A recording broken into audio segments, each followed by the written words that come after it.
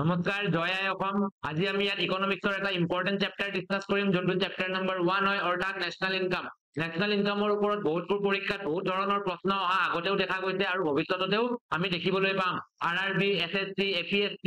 ADRE দৰে পৰীক্ষাত আমি নেশ্যনেল ইনকামৰ ওপৰত কেইবাবাৰো প্ৰশ্ন অহা দেখা গৈছে। গতিকে আজি নেশ্যনেল ইনকামৰ ওপৰত যিমানবোৰ টপিক আছে সেই প্ৰত্যেকটো টপিকে আমি এটা ভিডিঅ'ৰ মাধ্যমেৰে কভাৰ কৰিম। আৰু ইয়াত আমি কি পঢ়িম? আমি আজি ইয়াত পঢ়িম GDP অৰ্থাৎ গ্ৰছ ডমেষ্টিক প্ৰডাক্ট, যোনটো আটাইতকৈ ইম্পৰ্টেণ্ট টপিক হৈছে নেশ্যনেল ইনকামৰ ভিতৰত। সকলোৱে হয়তো GDPৰ বিষয়ে আমি সকলোৱে শুনিছো, কিন্তু তাৰ উপৰিও আমি ইয়াত যিমানবোৰ অধ্যায় আছে, যিমানবোৰ পাৰ্ট আছে, সেই প্ৰত্যেকটো পাৰ্টে আমি ইয়াত ডিছকাছ কৰিম। গ্ৰছ নেশ্যনেল প্ৰডাক্টে হওক বা নেট ডমেষ্টিক প্ৰডাক্ট হওক বা নেট নেশ্যনেল প্ৰডাক্ট হওক বা GDP at market price, GDP at factor কষ্ট, নমিনেল GDP কি হয়, ৰিয়েল GDP কি হয়,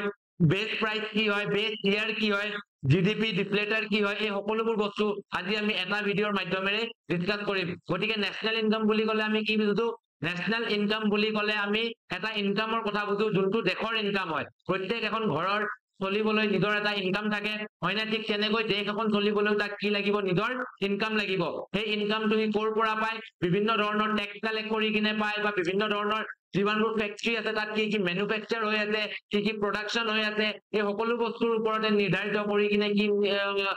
আমাৰ GDP কেলকুলেট কৰা হয়। সো নেশ্যনেল ইনকামৰ এই টপিকটো আপোনালোকৰ লগত আমি শ্বেয়াৰ কৰিম। তাৰ আগতে আমি জানিব লাগিব যে নেশ্যনেল ইনকাম আটাইতকৈ প্ৰথমে ভাৰতত কোনে দিছিল আৰু এইটো নেশ্যনেল ইনকামৰ আৰম্ভণি ক'ৰ পৰা হৈছিল। আমি মনত থব লাগিব, এনেকুৱা ধৰণৰ প্ৰশ্ন পৰীক্ষাত আহে যে নেশ্যনেল ইনকাম আটাইতকৈ প্ৰথমে ভাৰতত কোনে কেলকুলেট কৰিছিল, তেনেহলে আমি মনত থব লাগিব এটা নাম, সেইটো হৈছে দাদাভাই নাওৰোজী। দাদাভাই নাওৰোজীক আমি the great old men of India বুলিও জানো। ইভেন ইণ্ডিয়ান নেশ্যনেল কংগ্ৰেছতো এখেতে প্ৰেচিডেণ্ট আছিল এটা সময়ত।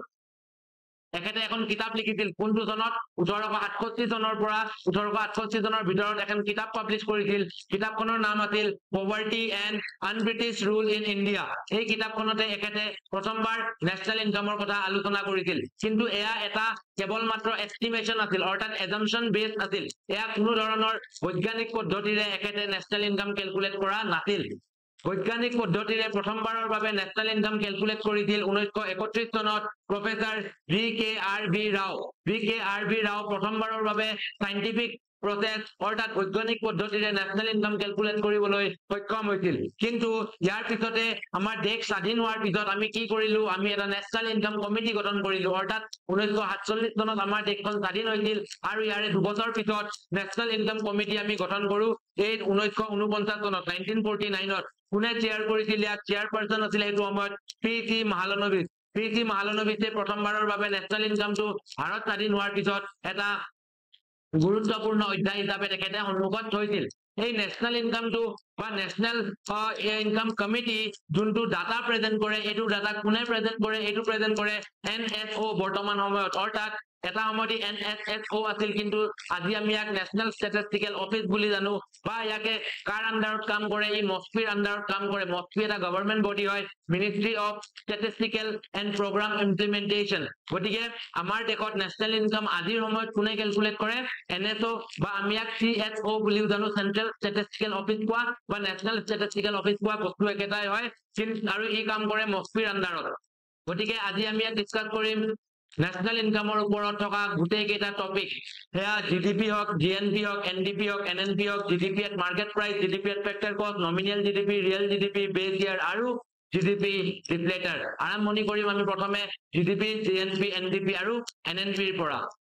গতিকে আমি আটাইতকৈ প্ৰথমে চাম GDP কি হয়, আৰু তাৰ পিছত আমি চাম GDP কিদৰে কেলকুলেট কৰা হয়। GDP কোনে কেলকুলেট কৰে সেইটো কথা মই অলৰেডি কৈছো, NSO নেশ্যনেল ষ্টেটিষ্টিকেল অফিচ, আৰু ই কাৰ আণ্ডাৰত কাম কৰে? মস্ফিৰ আণ্ডাৰত কাম কৰে। গতিকে GDP বুলি ক'লে আমি আটাইতকৈ প্ৰথমে এটা কথা আমি ভালদৰে জানো যে ভাৰতবৰ্ষখন বৰ্তমান সময়ত পৃথিৱীৰ ভিতৰত ফ'ৰ্থ লাৰ্জেষ্ট ইকনমি হয়। ফ'ৰ্থ লাৰ্জেষ্ট ইকনমি বুলি ক'লেও সেইটো GDPৰ পৰাই আহে। অৰ্থাৎ আমাৰ দেশখন আজি যদি আমি চাবলৈ যাওঁ অলমষ্ট 4 ট্ৰিলিয়ন ইকনমিৰ এখন দেশ হয়। চাইনাখন যদি আমি চাবলৈ যাওঁ তেনেহলে চাইনা আজি 12 ট্ৰিলিয়ন ইকনমিৰ দেশ হয়, 12 ট্ৰিলিয়ন ইকনমিৰ দেশ হয়। আৰু পৃথিৱীৰ ভিতৰত আটাইতকৈ উন্নত দেশ যোনখন হৈছে, যাৰ ইকনমি আটাইতকৈ বেছি, সেইখন হৈছে ইউনাইটেড ষ্টেটছ অফ আমেৰিকা, যাৰ ইকনমি অলমষ্ট 5 ট্ৰিলিয়ন। গতিকে এতিয়া ইয়াতে এটা প্ৰশ্ন আহে যে ট্ৰিলিয়ন বুলি ক'লে আমি কি বুজো? বহুতবোৰ ল'ৰা ছোৱালী কনফিউজ হয় যে মিলিয়ন কি হয়, বিলিয়ন কি হয় আৰু ট্ৰিলিয়ন কি হয়। ইয়াত বেছি কনফিউজ হ'বলগীয়া বস্তু একো নাই, কেৱল মাত্ৰ এটা বস্তু আমি জানিব লাগিব যে যোনবোৰ ইংৰাজী ক্যালকুলেশন হয় ইংলিশ ক্যালকুলেশন যোনবোৰ হয় তাত প্ৰত্যেকটো ক্যালকুলেশনত তিনটা শূন্য এড কৰা হয় আমাৰ ইন্ডিয়ান পদ্ধতি ভাৰতীয় পদ্ধতিত আমি দুটা শূন্যকৈ ক্যালকুলেট কৰো আৰু ব্ৰিটিছ পদ্ধতি বা ইংলিশ পদ্ধতিত তিনটাকৈ ক্যালকুলেট কৰা হয় শূন্য যেনেকৈ ফৰ এক্সাম্পল তোমালোকে যদি কোৱা যদি তিনটা শূন্য কৰোবা তোমালোকে দেখিছা তেনেহলে ইয়াক কোৱা যাব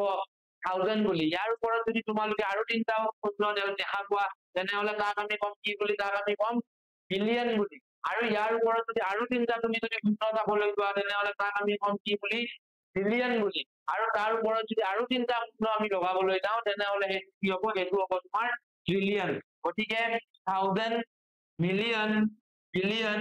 আৰু ট্ৰিলিয়ন গতিকে এই চাৰিটা বহুত ইম্পৰ্টেন্ট হয় আৰু যেতিয়া আমি কওঁ 4 ট্ৰিলিয়ন ইকনমিৰ দেশ ভাৰতবৰ্ষ তেনেহলে ইয়াৰ আগত কি লগালে হ'ল 4 এটা লগালে হ'ল চাইনা 12 ট্ৰিলিয়ন ইকনমিৰ দেশ হয় অৰ্থাৎ কি হয় ইয়াৰ আগত তুমি এটা 12 লগাই দিয়া 12 ট্ৰিলিয়ন ইকনমিৰ দেশ কোন হয় চাইনা আমেৰিকা যদি কওঁ তেনেহলে 22 ট্ৰিলিয়ন ইকনমিৰ দেশ হয় 22 ট্ৰিলিয়ন ইকনমিৰ দেশ বুলি ক'লে আমি 22 টা লগাই দিলো ঠিক আছে তো 22 ট্ৰিলিয়ন ইকনমিৰ দেশ কোন হয় ইউনাইটেড ষ্টেটছ অফ আমেৰিকা কিন্তু এতিয়া ইয়াৰ পিছতে আমি চাম যে জিডিপি কি হয় আৰু জিডিপি কি দৰে ক্যালকুলেট কৰা হয় জিডিপিৰ ক্ষেত্ৰত আমি জানো ইয়াৰ ফুল ফৰ্মটো হৈছে গ্ৰছ ডমেষ্টিক প্ৰডাক্ট আৰু জিএনপিৰ ফুল ফৰ্মটো হৈছে গ্ৰছ নেশনেল প্ৰডাক্ট কি পাৰ্থক্য আছে গ্ৰছ ডমেষ্টিক প্ৰডাক্ট আৰু গ্ৰছ নেশনেল প্ৰডাক্টৰ মাজত দুইটা বস্তু শুনিবলৈ অকণমান একেই নিচিনাই লাগে নিশ্চয় তোমালোকেও শুনি কিনে হয়তো বহুতবোৰ ল'ৰা ছোৱালীয়ে জানা ইয়াৰ মাজত কি পাৰ্থক্য আছে বহুতে হয়তো নাজানা একো কথা নাই আমি ইয়াত পঢ়িবলৈ আহিছো হয়নে তো আমি ডিসকাস কৰিম যে জিডিপি কি হয় প্ৰথমে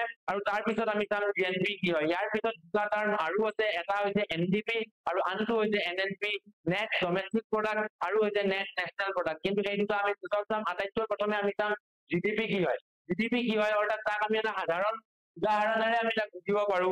যে দুইটাৰ মাজতে এটা সৰু পাৰ্থক্য আছে কি ঘৰৰ ভিতৰত যিমানবোৰ বস্তুৰ ইনকাম হৈ আছে গুড সাৰ্ভিস সকলোবোৰ বস্তু ঘৰ এখনৰ ভিতৰত এই গোটেইখিনি জিডিপি ঘৰৰ মানুহে যিমানখিনি ইনকাম কৰি আছে সেইটো জিএনপি এতিয়া হয়তো বহুতবোৰ ল'ৰা ছোৱালী কনফিউজ হ'ব পৰা যে ঘৰ এখনৰ ভিতৰত আৰু ঘৰৰ ভিতৰৰ মানুহৰ মাজত কি পাৰ্থক্য আছে চোৱা যেতিয়াই আমি চাওঁ জিডিপি সদায় মনত ৰখা তোমালোকে জিডিপি ক্যালকুলেট কৰা হয় 1 ইয়াৰৰ ভিত্তিত এবছৰৰ মূৰত জিডিপি ক্যালকুলেট কৰা হয় আৰু এটা ইয়াৰ পিছতে থাকে বেছ ইয়াৰটো থাকে তোমাৰ 10 ইয়াৰ্ছৰ বেছ ইয়াৰটো আমি অকণমান পিছত আলোচনা কৰিম আটাইতকৈ প্ৰথমে আমি জিডিপি চাওঁ জিডিপিৰ এটা তোমালোকৰ জিঅগ্ৰাফিকেল বাউণ্ডাৰী থাকে ঠিক আছে এটা জিঅগ্ৰাফিকেল বাউণ্ডাৰী থাকে অৰ্থাৎ ভাৰতবৰ্ষৰ জিঅগ্ৰাফিকেল নহয় এটা পলিটিকেল বাউণ্ডাৰী থাকে ঠিক আছে যেনেকৈ ভাৰতবৰ্ষৰ নিজৰ এটা পলিটিকেল বাউণ্ডাৰী এটা আছে ফৰ এক্সাম্পল যদি মহাৰাষ্ট্ৰত কিবা এটা বস্তু উৎপন্ন হৈছে কিবা এটা বস্তু নিৰ্মাণ হৈছে সেইটো ভাৰতৰ জিডিপিৰ অংশ হ'ব আৰু আন্দামান এণ্ড নিকোবৰত যদি কিবা এটা বস্তু ইনকাম হৈ যাব ফেক্টৰী এটা এষ্টাব্লিছ হৈছে তাৰ পৰা যোনটো ইনকাম আহিছে সেইটো ভাৰতৰ জিডিপিৰ অংশ হ'ব কিয় কাৰণ আন্দামান এণ্ড নিকোবৰ কি হয় ভাৰতৰ পলিটিকেল বাউণ্ডাৰীৰ ভিতৰতে পৰে গতিকে ইয়াতে আমি চাওঁ যে ভাৰতত জিডিপিটো কেনেকৈ ক্যালকুলেট কৰা হয় আটাইতকৈ প্ৰথমে মন কৰিবা আমি দুটা কোম্পানী লৈ লওঁ ঠিক আছে বৰ্তমান সময়ত আমি যদি চাওঁ তেনেহলে ভাৰতবৰ্ষত ভাৰতৰ নিজৰ কোম্পানীও কাম কৰি আছে আৰু বাহিৰৰ দেশৰ পৰা আহি কোম্পানীও আমাৰ দেশত কি কৰি আছে মনোনিৱেশ কৰি আছে কাম কৰি আছে ইনকাম কৰি আছে হয়নে এইটো 1991 ৰ পিছত পসিবল হৈছে 1991 ৰ আগত আমি জানো কি হয় বাহিৰৰ পৰা কোম্পানী এটা অহাটো ইয়াত সহজ কথা নাছিল কিন্তু 1991 ত আমি জানো তোমালোকৰ এলপিজি ৰিফৰ্ম আহে লিবাৰেলাইজেশ্যন প্ৰাইভেটাইজেশ্যন গ্লোবেলাইজেশ্যন আৰু তাৰ পিছত বাহিৰৰ যিমানবোৰ কোম্পানী আছে যিমানবোৰ নহয় প্ৰায়ভাগ যিমানে আহি কিনে ভাৰতত কাম কৰিব বিচাৰে তেওঁলোকৰ কাৰণে ওপেন মাৰ্কেট দিয়া গৈছিল আৰু এতিয়াই আমি যদি চাওঁ ফৰ এক্সাম্পল দুটা উদাহৰণ আমি লৈ লওঁ ভাৰতৰ ভিতৰত এটা হৈছে এপল হয়নে সকলোৱে বহুতে হয়তো আইফোন ব্যৱহাৰ কৰি নিশ্চয় ভালো লাগে বহুত ল'ৰা ছোৱালী এটা দিয়ে আইফোন এটা কিনে তোমাৰ আইনাখনৰ সন্মুখত ফটো এটা মাৰিবলৈ আধা খোৱা আপেল এটা সকলোৱে চিনি পায় যদি আপেলটো ফুল হৈ আছে তেনেহলে ইণ্ডিয়াত এটা পেক হয় ঠিক আছে আধা খোৱা যদি আপেল হয় তেনেহলে এইটো আইফোনটো কাৰ হয় এইটো আমি জানো ইউএছ এৰ কোম্পানী হয় না এইটো ভাৰতৰ কোম্পানী নহয় এইটো ইউএছ এৰ কোম্পানী হয় ভাৰতত কিন্তু ই কাম কৰি আছে ভাৰতৰ যদি এটা চাওঁ তেনেহলে আমি চাম মাইক্ৰমেক্স এটা কোম্পানী হয় যোনটো ভাৰতৰ কোম্পানী হয় ঠিক আছে ইয়াৰ তোমাৰ হেডকোৱাৰ্টাৰ মেবি লুধিয়ানা পাঞ্জাবত আছে দিল্লীত ইয়াৰ হেৰি আছে তো মাইক্ৰমেক্স এটা ইণ্ডিয়ান কোম্পানী হয় আৰু এপল এটা কি হয় তোমাৰ বাহিৰৰ কোম্পানী হয় আমি বুজিম এতিয়া জিডিপি কি হয় তো এপলে ধৰি লোৱা এবছৰত ভাৰতত কিমান টকা ইনকাম কৰিছে 100 টকা ইনকাম কৰিছে ঠিক আছে মাইক্ৰমেক্সে ধৰি লোৱা এবছৰত ভাৰতত কি টকা ইনকাম কৰিছে 200 টকা ইনকাম কৰিছে গতিকে এই দুইটাই কি হ'ব তোমাৰ এই দুইটাই হ'ব তোমাৰ জিডিপি অৰ্থাৎ ভাৰতৰ ভিতৰত যিমানবোৰ ইনকাম হৈ আছে যিমানবোৰ তোমালোকৰ গুডছ এণ্ড সাৰ্ভিসৰ আমদানি হৈ আছে ৰপ্তানি হৈ আছে গোটেইবোৰ বস্তু পলিটিকেল বাউণ্ডাৰী এটাৰ ভিতৰতে কি হৈ পৰিব জিডিপি হৈ পৰিব গতিকে জিডিপিৰ ক্ষেত্ৰত ইমান এটা ভাবিবলগীয়া একো নাই তোমালোকে কেৱল এনেকৈ ভাবিব পাৰা ভাৰতবৰ্ষৰ ভিতৰত যিমানবোৰ কোম্পানী যিমানবোৰ মানুহ আহি কিনে কাম কৰি আছে সেই সকলোবোৰ বস্তু সেই সকলোবোৰ মানুহে কি কৰি আছে ভাৰতৰ জিডিপিত কি কৰি আছে কন্ট্ৰিবিউশন কৰি আছে বাট ইয়াতে এটা প্ৰশ্ন আৰু আহে যদিহে ভাৰতৰ পৰা কোনোবা এজন মানুহ গৈ আমেৰিকাত কাম কৰি আছে আৰু তেওঁ যদি ভাৰতলৈ পইচা পঠাই আছে সেইটো জিডিপিৰ অংশ হবনে সেইটো জিডিপিৰ অংশ নহয় ফৰ এক্সাম্পল তোমালোকে ধৰি লোৱা কোনোবাই কাইলৈ গৈ কিনে কোনোবাই আমেৰিকাত কাম কৰি আছে কোনোবাই মই মোৰ উদাহৰণটো দিম ঠিক আছে ধৰি লোৱা মই কৰবাত তোমালোকৰ চাইনা গলোগে মনোজ বৰ্মনে বোলে চাইনা গ'লে তো যদিহে এতিয়া মই যদি চাইনাত যদি কিবা এটা টকা ইনকাম কৰি আছো ফৰ এক্সাম্পল 50 rupees এইটো জিডিপিৰ অংশ হবনে কেতিয়াও নহয় এইটো জিডিপিৰ অংশ হব নোৱাৰে কিয় কাৰণ মই পলিটিকেল বাউণ্ডাৰী ক্ৰছ কৰি গৈছো চাইনা হওক আমেৰিকা হওক পাকিস্তান হওক বা পাকিস্তান নাযাওঁ আৰু ঠিক আছে পাকিস্তান নহয় আমেৰিকা হওক চাইনা হওক বা যিকোনো এখন দেশত যদি মই গৈছো কাম কৰিবলৈ আৰু তাত মই যোনটো পইচা ইনকাম কৰি আছো সেইটো কিন্তু কেতিয়াও জিডিপিৰ অংশ নহয় সেইটো তোমাৰ কি হব সেইটো আহিব জিএনপিৰ অংশ যে জিএনপি কি হয় ঠিক আছে জিডিপি বুজি পালা জিডিপিৰ কাৰণে এটা তোমাৰ প্ৰত্যেক বছৰে এটা জিডিপি ক্যালকুলেট কৰা হয় এনএসও ক্যালকুলেট কৰে মস্তিৰ আন্ডাৰত তাৰ পিছতে ইয়াৰে এটা কি থাকে পলিটিকেল বাউণ্ডাৰী এটা থাকে যা পলিটিকেল বাউণ্ডাৰী এটা থাকিব পলিটিকেল বাউণ্ডাৰীটোৰ ভিতৰত যিমান ইনকাম হৈ আছে সব তোমাৰ জিডিপিৰ অংশ হয় কিন্তু জিএনপিৰ অংশ নহয় জিএনপিৰ অংশ কি হ'ব জিএনপি মই অলপ আগতে তোমালোকক এটা কথা কৈছো ভাৰতৰ ভিতৰত মানে ভাৰতবৰ্ষখন আমাৰ ঘৰ বুলি ভাবি লওঁ ঠিক আছে ভাৰতবৰ্ষখন আমাৰ ঘৰে হয় তো ঘৰৰ ভিতৰত যিমানবোৰ ইনকাম হৈ আছে যিমান মানুহে ইনকাম কৰি আছে এই য'ৰ পৰাই নাহক কিয় এইবোৰ সব জিডিপিৰ অংশ হয় কিন্তু ভাৰতৰ মানুহে যি ইনকাম কৰি আছে সেইটো তোমাৰ জিএনপিৰ অংশ হ'ব এতিয়া হয়তো ময়ো ভাৰতৰে নাগৰিক হয় নে নহয় মইতো কোনো তোমাৰ চাইনা বা আমেৰিকাৰ নাগৰিক নহয় মই কি হয় ভাৰতৰ নাগৰিক হয় মই ক'ত গৈছো কাম কৰিবলৈ চাইনা বা ক'ৰবাত বেলেগ দেশ এখনত গৈছো কাম কৰিবলৈ তাত মই কিবা এটা ইনকাম কৰি আছো ফৰ এক্সাম্পল আমেৰিকাত কাম কৰে ফৰ এক্সাম্পল সত্যা নাডেলা ঠিক আছে এইবোৰ বহুত ডাঙৰ ডাঙৰ CEO হয় বহুত ডাঙৰ কোম্পানী তো এইবোৰেও এটা ইনকাম কৰি আছে তেওঁলোকৰ ইনকামটো কি জিডিপিৰ অংশ হ'ব কেতিয়াও নহয় তেওঁলোকৰ ইনকামটো হ'ব কিহৰ জিএনপিৰ ক্ষেত্ৰত এটা ফৰ্মুলা সকলোৱে মনত থব লাগে যোনটো হৈছে জিএনপিৰ এটা নিজা ফৰ্মুলা আছে কি এইটো হৈছে GDP plus x minus y এইটো ফৰ্মুলা আমি জানিব লাগিব জিএনপিৰ ক্ষেত্ৰত এই ফৰ্মুলাটোৰ একৰ্ডিংলি এতিয়া আমি গোটেইখিনি বস্তু পঢ়াম তাৰ পিছত কোনটো আনসাৰ পাওঁ সেইটো আমি চাম ফৰ এক্সাম্পল আমি জানো জিডিপি আমি কিমান পাইছো চোৱা 300 আমি জিডিপি পাইছো জিডিপিত আমি কি লিখিম 300 আমি লিখি দিম প্লাস x মানে কোন ঘৰৰ মানুহ কোন মই মোৰ ইনকাম কিমান 50 টকা মই আমেৰিকাত গৈ 50 টকা ইনকাম কৰি আছো মই চাইনাত গৈ 50 টকা ইনকাম কৰি আছো মই অষ্ট্ৰেলিয়াত গৈ ইনকাম কৰি আছো একো মেটাৰ নকৰে মই ভাৰতৰ পলিটিকেল বাউণ্ডাৰীটোৰ পৰা বাহিৰত গৈ কিনে যদি ইনকাম কৰি আছো তেনেহলে মই কি হ'ম মই ভাৰতৰ জিএনপিত মোৰ কন্ট্ৰিবিউশন আছে তো ইয়াত মই কি লিখিম ইয়াত মই লিখিম তোমালোকৰ 50 টকা এটা ঠিক আছে ইয়াত মই লিখিম তোমালোকৰ 50 টকা এটা y কি হৈছে y হৈছে ভাৰতৰ ভিতৰত যোনটো কোম্পানী বাহিৰৰ কোম্পানী আহি কিনে কাম কৰি আছে ঠিক আছে মই আকৌ কৈছো ভাৰতৰ মানুহে যোনখিনি ইনকাম কৰি আছে সেইখিনি হ'ব জিএনপিৰ অংশ এপল যিটো ভাৰতৰ কোম্পানী নহয় ভাৰতৰ মালিকো নহয় অনাৰটো আমেৰিকাৰ হয় নে নাই এপলৰ অনাৰ কোন হয় তোমালোকে কমেন্টত ক'বা মই নকওঁ সেইটো ঠিক আছে এপলৰ অনাৰ বহুত ফেমাস হয় ঠিক আছে মই ষ্টিভ জবছ হয় বহুত ফেমাস হয় এপলৰ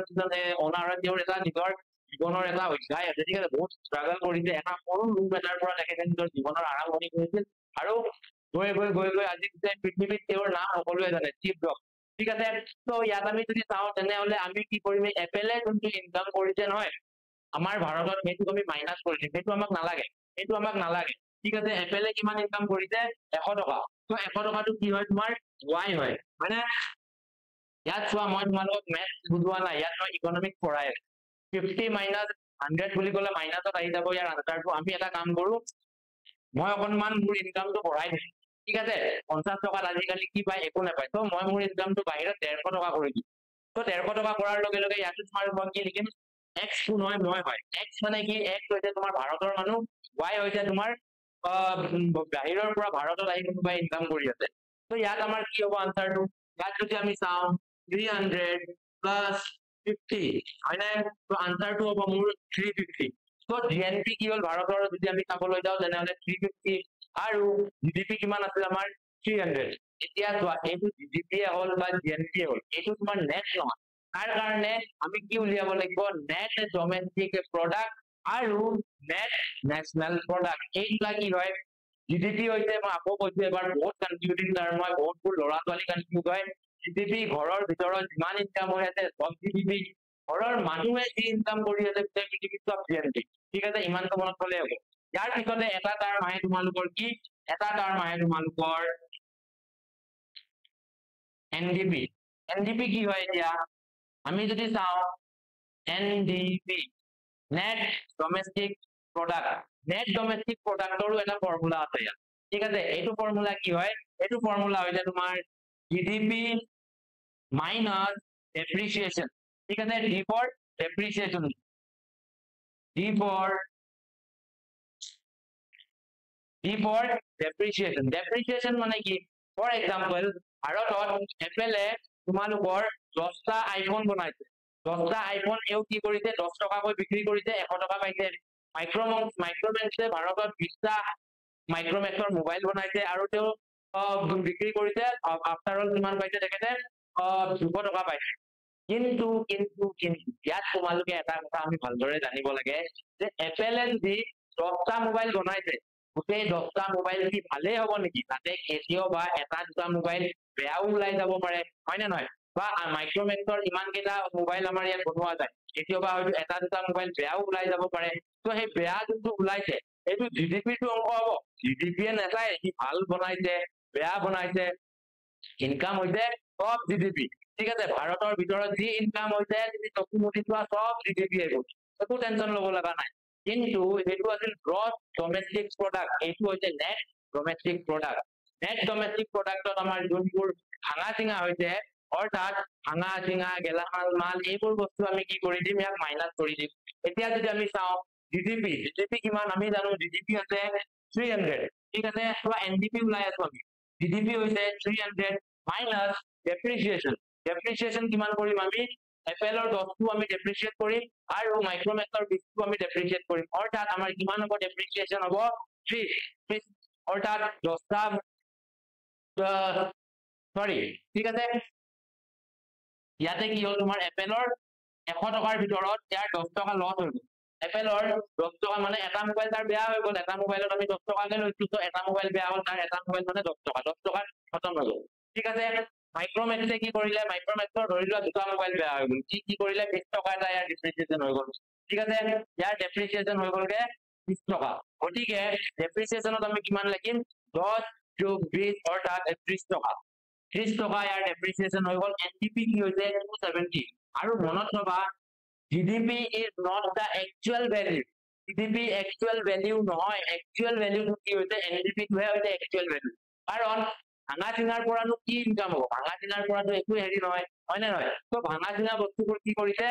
ডেপ্ৰিচিয়েট কৰি কিনে যোনটো ইনকাম আমি পাইছো সেইটো হৈছে তোমালোকৰ নেট ডমেষ্টিক প্ৰডাক্ট মনত ৰবা same thing goes for NNP ঠিক আছে এনএনপিৰ ক্ষেত্ৰত যদি আমি চাওঁ এনএনপিৰ ফৰ্মুলা এটা আছে economic is all about formula ঠিক আছে মেথমেটিক্সতকৈ অকণমান সহজ পাবা ফৰ্মুলাবোৰ তুমি এলজেব্ৰা ইকোনমিক্স নোপোৱা বাট ইয়াতো তুমি কি কৰিব লাগিব ইকোনমিক্সতো বহুতবোৰ ফৰ্মুলা আছে আগলৈ আমি যেতিয়া পঢ়ি গৈ থাকিম তোমালোকে নিশ্চয় দেখি পাই থাকিবা ঠিক আছে এনএনপিৰ ফৰ্মুলাটো সেম ইয়াক আমি জিডিপিৰ পৰা মাইনাস কৰি দিয়া নকৰো কাৰণ এইটো নেশনাল হয় নেট নেশনাল প্ৰডাক্ট ইয়াক আমি ক'ৰ পৰা মাইনাস কৰিম জিএনপিৰ পৰা ইয়াক আমি মাইনাস কৰিম জিএনপি মাইনাস এগেইন ডেপ্ৰিচিয়েচন ঠিক আছে এতিয়া তোমালোকে মোক এটা কথা কোৱা ইয়াত যে আমি ডেপ্ৰিচিয়েচন বুলি কলো ইয়াতটো আমি এপল আৰু মাইক্ৰমেক্স দুইটাৰ যিমান ডেপ্ৰিচিয়েচন হৈছে গোটেইখিনি আমি মাইনাস কৰিম কিন্তু ইয়াত আমি গোটেইখিনি মাইনাস কৰিম নে ইয়াত আমি গোটেইখিনি মাইনাস নকৰো কিয় কাৰণ ইয়াত আমিটো এপেলৰ আমি ইয়াত এড কৰা নাই এপেলৰ 100 টকাটো আমি ইয়াত এড কৰা নাই আমিটো এপেলৰ যোনটো 100 টকা আছে সেইটো ইয়াত আমি মাইনাস কৰিছো হয় না নহয় গতিকে ইয়াত তোমাৰ বাহিৰৰ পৰা ভাৰতত আহি কিবা এটা কোম্পানীয়ে কিবা কৰিছে এইটো আমাৰ মতলবে নাই আমাৰ মতলব আছে ভাৰতৰ কোম্পানীয়ে বা ভাৰতৰ মানুহে যি বনাইছে তাৰ পৰা কি ভাঙা চিঙা কাটপিট গেলামাল কি ওলাইছে সেইটো আমি চাম তো ভাৰতৰ মানুহে অৰ্থাৎ মাইক্ৰমেক্সৰ আমি উদাহৰণ চাম মাইক্ৰমেক্সৰ কিমান টকা লোকচান হ'ল মোবাইল কেইটা বনাওতে 20 টকা এটা লোকচান হ'ল ঠিক আছে আৰু লগতে ময়োতো ইনকাম কৰি আছো হয় না নহয় ময়োতো ইনকাম কৰি আছো 150 টকা বছৰত ময়ো 150 টকা এটা ইনকাম কৰি আছো আমেৰিকাতে হওক বা চাইনাতে হওক মই কাম কৰি আছো মোৰ পৰা ডেপ্ৰিচিয়েচন হ'বলগীয়া একো নাই তাৰ পিছাই এতিয়া আমেৰিকাত গুগলৰ CEO হয় তেওঁৰ ডেপ্ৰিচিয়েচন কি হ'ব তেওঁৰ কিবা নিজৰ কাৰণ সাৰ্ভিস দি আছে তেখেতে সাৰ্ভিসৰ পৰা ডেপ্ৰিচিয়েচন হ'বলগীয়া একো নাই তেওঁ ফুলটো নহয় যে তেওঁ আজি স্কুললৈ যোৱা নাই গতিকে তেওঁৰ এটেন্ডেন্স কম দি দিম আমি এইবোৰ নহয় ঠিক আছে তো ইয়াতে তোমাৰ মোৰ ফালৰ পৰা একো ডেপ্ৰিচিয়েচন নহয় ইয়াত ডেপ্ৰিচিয়েচন হ'ব মাইক্ৰমেক্সৰ ফালৰ পৰা আৰু আমি সেইটোৱে লিখিম এপল আমি নিলিখো কিয় কাৰণ আমি জিএনপিত আমি ঘৰৰ বাহিৰৰ মানুহৰ কথা আমাৰ ইয়াত একো মতলবে নাই মনত থবা বাহিৰৰ মানুহ বাহিৰৰ কোম্পানী বাহিৰৰ পৰা একো মতলব নাই আমাৰ কেৱল ঘৰৰ ভিতৰৰ আৰু ঘৰৰ ভিতৰৰ মানুহৰ লগতহে মতলব আছে জিএনপি অকনমান স্বাৰ্থপৰ হৈছে ঠিক আছে তো ইয়াত আমি কি লিখিম জিএনপি কিমান আছিল আমাৰ জিএনপি আছিল আমাৰ 350 হয়নে জিএনপি আছিল আমাৰ 350 মাইনাস ডেপ্ৰিচিয়েচনত কিমান আমি লিখিম কেৱল 20 লিখিম আমি মনত থবা ডেপ্ৰিচিয়েচন আমাৰ কেৱল 20 হে হ'ব গতিকে 330 is my net national product বুজি পাইছা জিডিপি কি হয় জিএনপি কি হয় এনডিপি কি হয় আৰু এনএনপি কি হয় মোস্ট ইম্পৰ্টেন্ট টু মনত থবা আমাৰ কি হয় এনডিপি আৰু এনএনপি হে হয় জিডিপি আৰু জিএনপি ইনিশিয়াল ষ্টেজৰ কাৰণে আমাক লাগে ঠিক আছে যে ভাৰতত কিমান ইনকাম হৈছে ক্যালকুলেট কৰিব এনেকৈ কৰিব আমি নকৰো একো ঠিক আছে নেশনাল ষ্টেটিষ্টিকেল অফিচ আছে তেওঁ ক্যালকুলেট কৰিব তেওঁ ক্যালকুলেট কৰি কিনে গোটেইখিনি কথা ক'ব তাৰ পিছত যোনটো ডেপ্ৰিচিয়েচন দিব এইটোহে হৈছে ৰিয়েল জিডিপি বা এইটোক আমি কি বুলি কওঁ এনডিপি আৰু এইটোক আমি কি বুলি কওঁ যোনটো জিএনপিৰ পৰা আমি ডেপ্ৰিচিয়েচন কৰিম তাক আমি কম এনএনপি বুলি কোনোবাই যদি এইখিনি স্ক্ৰিনশ্বট মাৰি যাব বিচাৰিছা তেনেহ'লে তেওঁলোকে স্ক্ৰিনশ্বটো মাৰি যাব পাৰা আৰু ইয়াৰ পিছত আৰু আছে আমাৰ যে জিডিপি এতিয়া ক্যালকুলেট কেনেকৈ কৰে আমি এইখিনি কি জানো জিডিপি হয় কি ঠিক আছে জিডিপি কি হয় সেইটো আমি সকলোৱে বুজিলো জিডিপি কি হয় তাৰ পিছত আহিব এনডিপি কি হয় তাৰ পিছত আহিব জিএনপি কি হয় তাৰ পিছত আহিব এনএনপি কি হয় এতিয়া আমি তাৰ জিডিপি একচুয়ালি উলাই কেনেকৈ যে এনএসআই যে মইতো ক'লো এতিয়া তোমালোকক যে এনএসআই কি কৰে জিডিপি ক্যালকুলেট কৰে কিন্তু তেওঁলোকৰ ওচৰতো কিবা এটা ডেটা এটা থাকিব লাগিব হয় না নহয় এনেতো আৰু ক'লে নহব বোলে ভাৰতত ইমান টকা লিখিছে জিডিপিৰ ক্ষেত্ৰত নহয় এইবোৰ সকলোবোৰ বস্তু কি হ'ব ক্যালকুলেশনৰ ভিত্তিত হ'ব নেক্সট আমি চাম যে জিডিপি কেনেকৈ ক্যালকুলেট কৰা হয় জিডিপি ক্যালকুলেট কৰা হয় দুটা বস্তুৰ ওপৰত GDP at market price and GDP at factor কষ্ট ঠিক আছে তো এতিয়ালৈকে আমি চালো যে জিডিপি কি হয় জিএনপি কি হয় এনডিপি কি হয় আৰু এনএনপি কি হয় এতিয়া আমি চাম যে জিডিপি কেনেকৈ ক্যালকুলেট কৰা হয় অৰ্থাৎ জিডিপি কেনেকৈ ক্যালকুলেট কৰা হয় দুটা বস্তুৰ ওপৰত নিৰ্ভৰ কৰি জিডিপি ক্যালকুলেট কৰা হয় এটা হৈছে জিডিপি এট মাৰ্কেট প্ৰাইস আৰু আনটো হৈছে জিডিপি এট ফেক্টৰ কষ্ট আটাইতকৈ প্ৰথমে আমি চাম জিডিপি এট মাৰ্কেট প্ৰাইস কি হয় আৰু তাৰ পিছত আমি চাম জিডিপি এট ফেক্টৰ কষ্ট কি হয় জিডিপি এট মাৰ্কেট কষ্ট বুলি ক'লে আমি এটাই বস্তু জানো ইয়াতে যে মাৰ্কেটত যিকোনো এটা বস্তুৰ দাম কি ধৰে নিৰ্ধাৰিত কৰা হৈছে ঠিক আছে ফৰ এক্সাম্পল আমি জানো মাৰ্কেটত যিকোনো এটা বস্তু তুমি কিনিবলৈ যোৱা তাৰ ওপৰত ট্যাক্স লাগি থাকে হয়তো ডাইৰেক্ট ট্যাক্স লাগি থাকিব হয়তো ইনডাইৰেক্ট ট্যাক্স লাগি থাকিব বা ডাইৰেক্ট ট্যাক্স বা ইনডাইৰেক্ট ট্যাক্সৰ মাজত বহুত বেছি এটা ভাবিবলগীয়া একো কথা নাই ডাইৰেক্ট ট্যাক্স সেই ট্যাক্সবোৰক কোৱা হয় যোনবোৰ ট্যাক্স ডাইৰেক্টলি মানুহ এজনৰ ওপৰত লাগে আৰু ইনডাইৰেক্ট ট্যাক্স সেই ট্যাক্সবোৰক কোৱা হয় যোনবোৰ ট্যাক্স যিকোনো এটা বস্তুৰ ওপৰত লাগিছে ফৰ এক্সাম্পল আলুৰ ওপৰত কিবা এটা ট্যাক্স লাগিছে সো হেতুক আমি কম ইনডাইৰেক্ট ট্যাক্স বুলি পিয়াজৰ ওপৰত কিবা এটা ট্যাক্স লাগিছে হেতুক আমি কম ইনডাইৰেক্ট ট্যাক্স বুলি কিতাপ এখনৰ ওপৰত ট্যাক্সও লাগে আজিকালি ফোৰ্থ লাৰ্জেষ্ট ইকনমি হয় তথাপিও কিন্তু সেইবোৰ সব ইনডাইৰেক্ট ট্যাক্স হয় ডাইৰেক্ট ট্যাক্স বুলি ক'লে আমি জানো এটা ইনকাম ট্যাক্স হৈছে ডাইৰেক্ট ট্যাক্স যোনটো মানুহে ডাইৰেক্টলি ইনকাম ট্যাক্স অফিসত গৈ কিনে বা ইনকাম ট্যাক্স ডিপাৰ্টমেন্টত গৈ কিনে তেওঁলোকে জমা কৰে so GDP at market price বুলি ক'লে আমি কি বুঝো এনেকুৱা বস্তু যাৰ ওপৰত অলৰেডি ট্যাক্স লাগি আছে ঠিক আছে বহুতবোৰ বস্তুৰ ওপৰত ইন্ডিয়াত বৰ্তমান 99% বস্তুৰ ওপৰতো ট্যাক্স লাগি আছে হয় না নহয় এখিনি আমি সকলোৱে জানো কিন্তু এট দা সেম টাইম যদি আমি চাবলৈ যাওঁ তেনেহলে এনেকুৱা বহুতবোৰ বস্তু আছে য'ত সাবসিডিও লগোৱা যায় যেনেকৈ সিলিন্ডাৰৰ ওপৰত আমি জানো সাবসিডি লগোৱা যায় বা কেতিয়াবা তোমালোকে যদি তীৰ্থ ভ্ৰমণৰ কাৰণে যোৱা তাতো তোমালোকে সাবসিডি পাবা বা আমি যদি জানো আজি অসমত অৰুণোদয় আঁচনি পায় প্ৰত্যেকজন মহিলাই ঠিক আছে এক মাহৰ মূৰে মূৰে 1300 টকাকৈ তেওঁলোকৰ একাউণ্টত জমা হয় সেইবোৰ কি হয় সেইবোৰ কোনো ধৰণৰ ট্যাক্স বা তাৰ পৰা আমি কোনো ধৰণৰ জিডিপি উলিয়াব নোৱাৰো সেইবোৰ কি হয় সাবসিডি হয় গতিকে জিডিপি ৰেট কি দৰে ক্যালকুলেট কৰা হয় হেতু সদায় মনত ৰাখিবা জিডিপি এট ফেক্টৰ কষ্টৰ ওপৰতহে নিৰ্ভৰ কৰি জিডিপি ক্যালকুলেট কৰা হয় এই মাৰ্কেট প্ৰাইসৰ ওপৰত কেৱল মাত্ৰ আমি যদি জিডিপি ক্যালকুলেট কৰিবলৈ যাওঁ তেনেহলে ইয়াত সকলোবোৰ বস্তু এড কৰিব লাগিব ট্যাক্স ইনক্লুড কৰিব লাগিব সাবসিডি কাটিব লাগিব গটিকে এটো এটা বহুত লেন্দি প্ৰসেস হৈ যায় গটিকে হে কাৰণে জিডিপি কি কৰা হয় ফ্যাক্টৰ কষ্টত ক্যালকুলেট কৰা হয় জিডিপি এট মাৰ্কেট প্ৰাইস বুলি কলে আমি মাৰ্কেটৰ ওপৰত যোনখিনি বস্তুৰ ওপৰত ট্যাক্স লাগি আছে সেইখিনিক আমি জানো জিডিপি এট মাৰ্কেট প্ৰাইস বুলি এতিয়া আমি চাও জিডিপি এট ফ্যাক্টৰ কষ্ট কি হয় জিডিপি এট ফ্যাক্টৰ কষ্ট বুলি কলে আটাইতকৈ প্ৰথমে জিডিপি এট মাৰ্কেট প্ৰাইস অৰ্থাৎ মাৰ্কেটত এটা বস্তুৰ ওপৰত কি দাম চলি আছে ফৰ এক্সাম্পল আলু আলুৱে আমি উদাহৰণ লৈ লৈছো কাৰণ আলু সকলোতে মিলি যায় মাংসটো মিলি যাব মাছটো মিলি যাব ঠিক আছে সবজিটো মিলি যাব নন ভেজটো মিলি যাব ভেজটো মিলি যাব তো এটা বস্তু আছে আলু ঠিক আছে তাৰ মাৰ্কেটৰ ওপৰত প্রাইস আছে 1 কেজি আলু 20 টকা কিন্তু সেইটো যদি আমি চাবলৈ যাও আলুটো ক'ত উৎপন্ন হৈছে ধৰি লোৱা বিহাৰত খেতি হ'ব আলুৰ আৰু আলুৰ খেতি যেতিয়া বিহাৰত হৈছে বিহাৰত কি হেতু 20 টকা কেজিত বিক্ৰী হৈছে নেকি জটি ফ্যাক্টৰীত আনিছে নহয় তাৰ পৰা কি কৰিছে ফ্যাক্টৰী এটা দি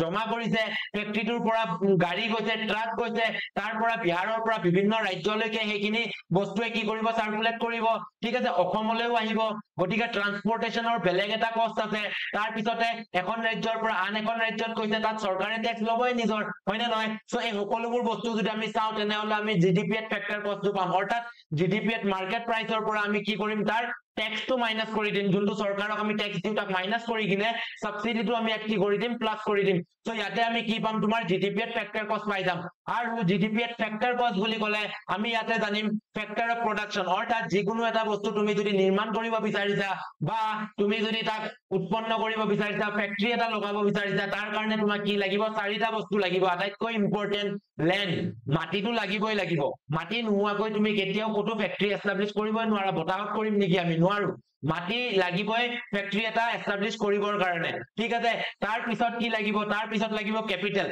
পইচা নোহোৱাকৈ আজিৰ যুগত তুমি বজাৰলৈ গলে এক কাপ চাই নোপোৱা ফ্যাক্টৰী এটা কেনেকৈ এস্টাবলিশ কৰিবা হয়নে নহয় তাৰ কাৰণে লাগিব তোমাক ক্যাপিটাল তাৰ পিছত তোমাৰ ফ্যাক্টৰীত কাম কৰা মানুহ লাগিব অৰ্থাৎ লেবাৰ লাগিব তাত ঠিক আছে আৰু মোস্ট ইম্পৰ্টেন্ট বস্তুটোৱে হৈছে এন্টাৰপ্ৰেনিয়াৰ যোনটো একত এন্টাৰপ্ৰেনিয়াৰ এজন যদি নাথাকে তেনেহলে তাত কেতিয়াও ফ্যাক্টৰ অফ প্ৰডাকশন আমি জন্ম দিব নোৱাৰো ফ্যাক্টৰী কেনেকৈ এস্টাবলিশ হ'ব তাত এন্টাৰপ্ৰেনিয়াৰ থাকিব লাগিব এন্টাৰপ্ৰেনিয়াৰ মানে কি ফৰ এক্সাম্পল লিডাৰ ঠিক আছে এজন মানুহ যাৰ ভিতৰত লিডাৰশিপ কোৱালিটি নাই তেও কেতিয়াও এজন এন্টাৰপ্ৰেনিয়াৰ হ'ব নোৱাৰে এন্টাৰপ্ৰেনিয়াৰ এজন তুমিও হ'ব পাৰা এন্টাৰপ্ৰেনিয়াৰ এজন মইও হ'ব পাৰো বা এন্টাৰপ্ৰেনিয়াৰ আমি সকলোৱে হ'ব পাৰো যদিহে আমাৰ ভিতৰত লিডাৰশিপ কোৱালিটি আছে গতিকে এই বস্তুখিনিৰ ওপৰত নিৰ্ভৰ কৰি জিডিপি এট ফ্যাক্টৰ কষ্ট উলুৱা যায় ইয়াৰ পিছতে তুমি যদি চোৱা তেনেহলে জিডিপিৰ আৰু কেইটামান ভাগ আছে ৰিয়েল জিডিপি কি হয় নমিনিয়েল জিডিপি কি হয় সেইখিনিও আমি চাব লাগিব এতিয়া ৰিয়েল জিডিপি টো হৈছে আমাৰ একচুয়াল জিডিপি হেতু কিহৰ ওপৰত নিৰ্ভৰ থাকে হেতু নিৰ্ভৰ থাকে তোমাৰ বেস ইয়াৰৰ ওপৰত গটিকে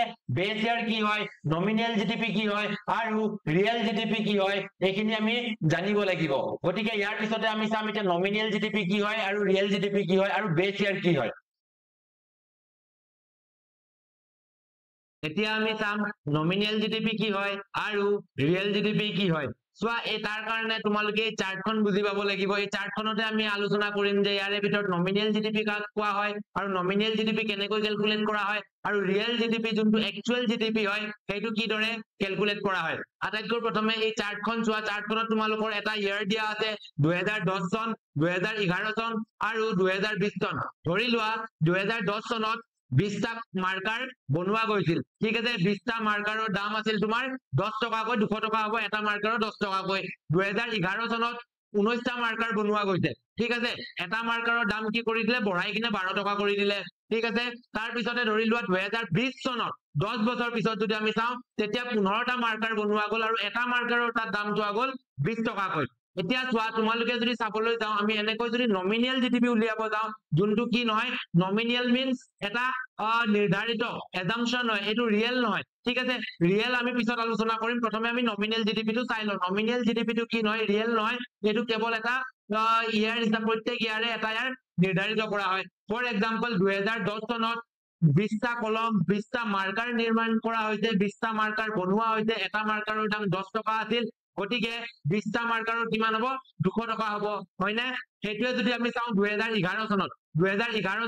19টা মাৰ্কাৰ বনোৱা হৈছে অৰ্থাৎ প্ৰডাকশন কিমান হৈছে এটা কম হৈছে 2010 চনত 20টা হৈছে তাৰ তুলনাত এটা প্ৰডাকশন কম হৈছে কিন্তু ইয়াতে আমি কি কৰিলো প্ৰাইসটো বঢ়াই দিলো প্ৰাইসটো বঢ়াই দিয়াৰ লগে লগে ইয়াত কিমান হলগৈ জিডিপি যদি আমি চাবলৈ যাও 228 হলগৈ মানে 228 হলগৈ ঠিক তেনেকৈ 2020 চনত যদি আমি চাবলৈ যাওঁ তেনেহলে 2020 চনত 15টা মাৰ্কাৰ বনোৱা গৈছিল আৰু এটা মাৰ্কাৰৰ দাম কিমান আছিল 20 টকা থৈ দিয়া গ'ল কাৰণ 10 বছৰ পিছত ইনফ্লেশ্যন হ'ব মূল্য বৃদ্ধি হ'ব হয়নে গতিকে 15টা মাৰ্কাৰৰ দাম দিয়া গ'ল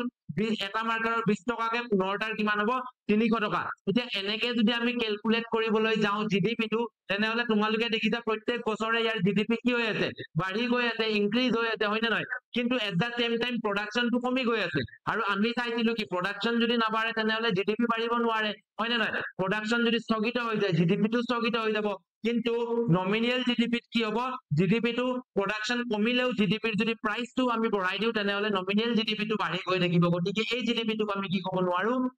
ৰিয়েল জিডিপি বুলি আমি ক'ব নোৱাৰো ৰিয়েল জিডিপিৰ কাৰণে আমাক কি লাগিব ৰিয়েল জিডিপিৰ কাৰণে আমাক লাগিব এটা বেস ইয়াৰ ঠিক আছে জিডিপি যদিও প্ৰত্যেক বছৰে ওলোৱা যায় প্ৰত্যেক বছৰে এনএসঅ ইয়াক বা সিএসঅ ইয়াক সেন্ট্ৰাল স্ট্যাটিস্টিক্যাল অফিস কোৱা নেশনাল স্ট্যাটিস্টিক্যাল অফিস কোৱা ইয়াকে বেস ইয়াৰ এটা নিৰ্ধাৰিত কৰা হয় আৰু এই বেস ইয়াৰটো কিমান থাকে প্ৰত্যেক 10 বছৰৰ 10 ইয়াৰ্ছৰ মুৰে মুৰে ইয়াৰ এটা বেস ইয়াৰ বনোৱা যায় ধৰি লোৱা 2010 চনত এতিয়া নমিনেল জিডিপি আমি বুজিলো এতিয়া আমি চাম ৰিয়েল জিডিপি কি হয় ৰিয়েল জিডিপি আমি যদি চাও তেনেহলে এটা আমি ইয়াৰ বেস ইয়াৰ ধৰিম ঠিক আছে বেস ইয়াৰ ধৰিলো 2010 চন 2010 চনত